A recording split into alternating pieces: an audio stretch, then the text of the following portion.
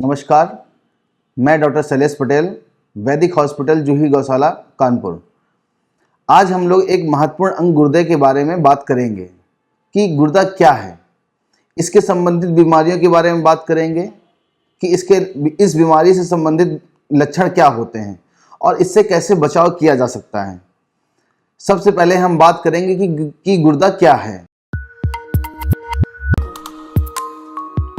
गुर्दा, जिसको हम लोग इंग्लिश में किडनी भी बोलते हैं, ये हमारे शरीर में रेट्रोपेरिटोनियम कैविटी में पाए जाते हैं और कुछ लोगों में ये सिंगल किडनी भी होती हैं।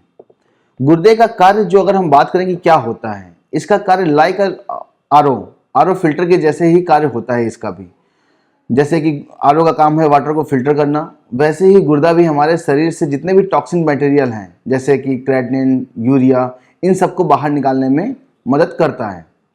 साथ ही साथ ये शरीर में पानी के लेवल को भी मेंटेन करने में मदद करता है। और अगर हम बात करें कि गुर्दे का जो और महत्वपूर्ण रोल क्या है हमारे शरीर में, तो ये है कि ये शरीर में इलेक्ट्रोलाइट इम्बैलेंस को भी मददगार करता है।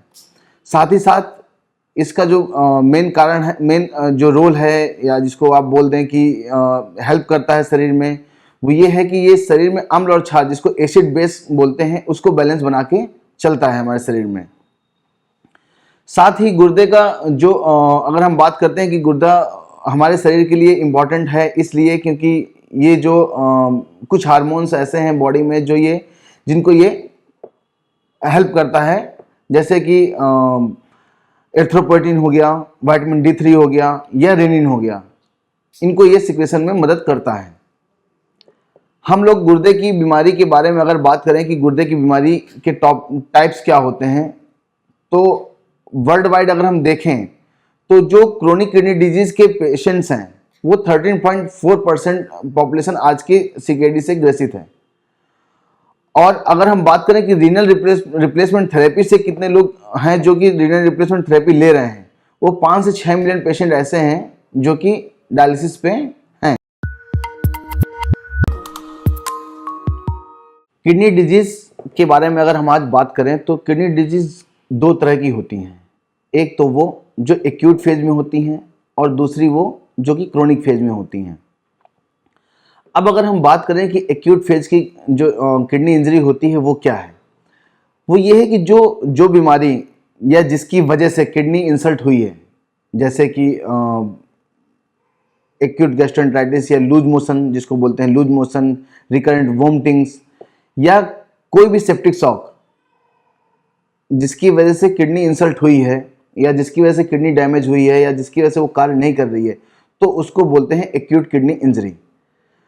अब इसका टाइम पीरियड क्या है, जैसे हम किसको हम एक्यूट किडनी इंजरी बोल सकते हैं, 0 से 3 महीने, 0 to 3 मंथ जो भी डिजीज अगर ये होती है तो इसको हम एक्यूट किडनी इंजरी में ही मानते हैं। और इसमें उतने ही चांसेस रिवर्सिबिलिटी के भी होते हैं कि ये वापस गुर्दा जो नॉर्मल स्थिति में था उस स्थिति में आने के चांसेस होते हैं। और अगर हम बात करें कि ये CKD, दूसरी जो इसका टाइप है CKD, क्रोनिक किडनी डिजीज जिसको हम बोलते हैं, हम बात करें कि इसका जो पेशेंट लैंड अप करते हैं CKD में, उसके टाइप्स किस कारण ये होता है, आखिर इसके कारण क्या हैं, तो उसके 2 मुख्य कारण हैं जिसकी वजह से पेशेंट क्रोनिक किडनी डिजीज में लैंड अप करते हैं।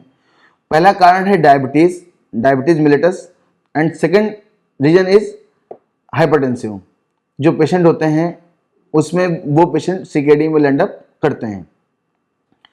डायबिटीज, जब पेशेंट का ब्लड में शुगर लेवल बढ़ जाता है तो उसकी वजह से भी किडनी इंसल्ट होती है।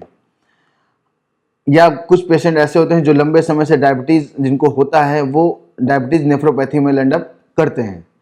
अब हमें इसके लिए करना क्या है कि डायबिटीज को कंट्रोल कैसे करें, तो डायबिटीज को कंट्रोल करने के लिए आप मेडिकेशन लीजिए, डॉक्टर से कंसल्ट करिए, और साथ ही साथ जो कि हमारा सबसे इम्पॉर्टेंट रोल है अपने डायबिटीज कंट्रोल करने का, वो है फिजिकल एक्टिविटी करिए।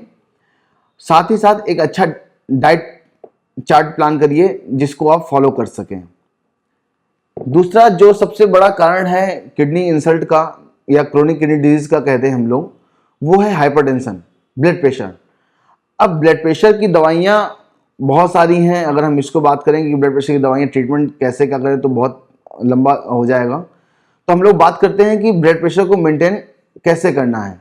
इसको कुछ लाइफ स्टाइल आपको अपनी चेंज करने की आवश्यकता होगी उसमें, जैसे कि आप जो डाइट ले रहे हैं, लो सॉल्ट डाइट का प्लान करना पड़ेगा आपको, ज़्यादा ऑयली चीज़ें नहीं लेनी होंगी उसमें, और इन सब चीज़ों से अगर बचाव करेंगे, साथ ही साथ डॉक्टर से कंसल्ट करना होगा, है ना। एंटी हाइपरटेंसिव ड्रग्स जो होती हैं वो आपको लेनी पड़ेंगी।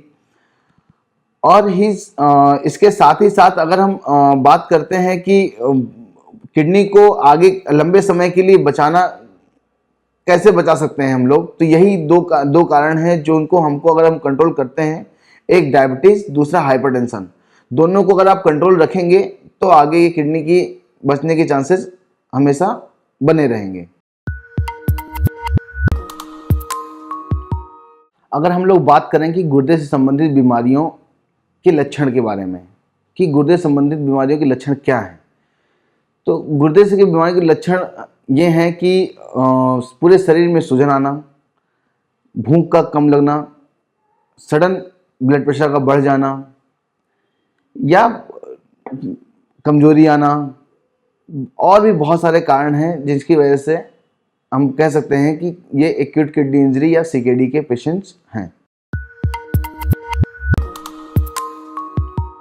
और आगे अगर हम बात करें कि किडनी डिजीज जो होती हैं उसमें कुछ पेशेंट ऐसे होते हैं जो सीकेडी में लैंड अप करते हैं, जैसे ऑब्स्ट्रक्टिव पैथोलॉजी की वजह से भी कुछ पेशेंट ऐसे होते हैं जो कि क्रोनिक किडनी डिजीज में लैंड अप करते हैं। जैसे कि किसी पेशेंट जैसे कि हमारी किडनी है, किडनी से जुड़ी हुई दो नलिकाएं होती हैं जिसको हम लोग यूरेटर बोलते हैं, और यूरेटर से जुड़ा हुआ एक थैली होती है जिसको हम लोग ब्लैडर बोलते हैं। अब जैसे कि मान लीजिए किसी किडनी यूरेटर में ही कोई स्टोन है, सपोज दैट, जिसका साइज एक 10 mm या 12 mm है। अब किडनी वो यूरेटर के थ्रू या ब्लैडर के थ्रू या यूरेथ्रा के थ्रू बाहर नहीं निकल सकता है, ठीक है।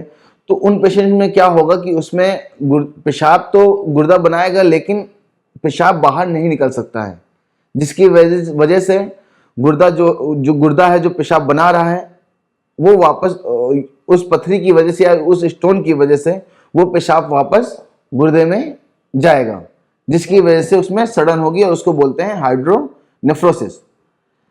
और हाइड्रोनेफ्रोसिस भी एक बहुत बड़ा कारण है पेशेंट, या आप एक्यूट किडनी इंजरी के लिए बोल दीजिए, या यही पेशेंट जो कि एक लंबे समय से बीमार होते हैं तो वो सीकेडी में भी लैंड अप करते हैं।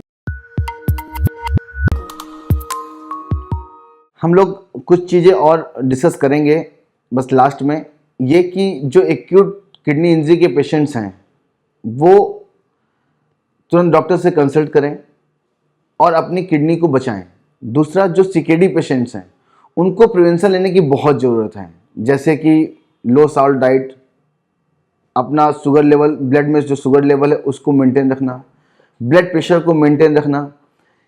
अगर सडन कभी भी पेशेंट, जो सीकेडी पेशेंट, जो क्रोनिक किडनी डिजीज वाले पेशेंट होते हैं, जो ऑन डायलिसिस हैं, जो जिनकी डायलिसिस चल रही है, उनको ये ध्यान देना बहुत ज़रूरी है कि अगर कभी भी उनकी सडन सांस फूलती है या उनको दौरे आते हैं, क्योंकि जब कभी भी यूरिया बढ़ जाता है तो ब्लड में यूरिया बढ़ जाएगा तो उसकी वजह से दौरे आ सकते हैं पेशेंट्स को, तो ऐसे पेशेंट्स को आप तुरंत हॉस्पिटलाइज करें और डायलिसिस का प्लान करें। डायलिसिस से घबराइए नहीं, डायलिसिस के लिए जाइए, क्योंकि डायलिसिस ही एक ऐसा उपचार है जो सीकेडी पेशेंट्स को आगे के लिए बचा के रख सकता है। धन्यवाद।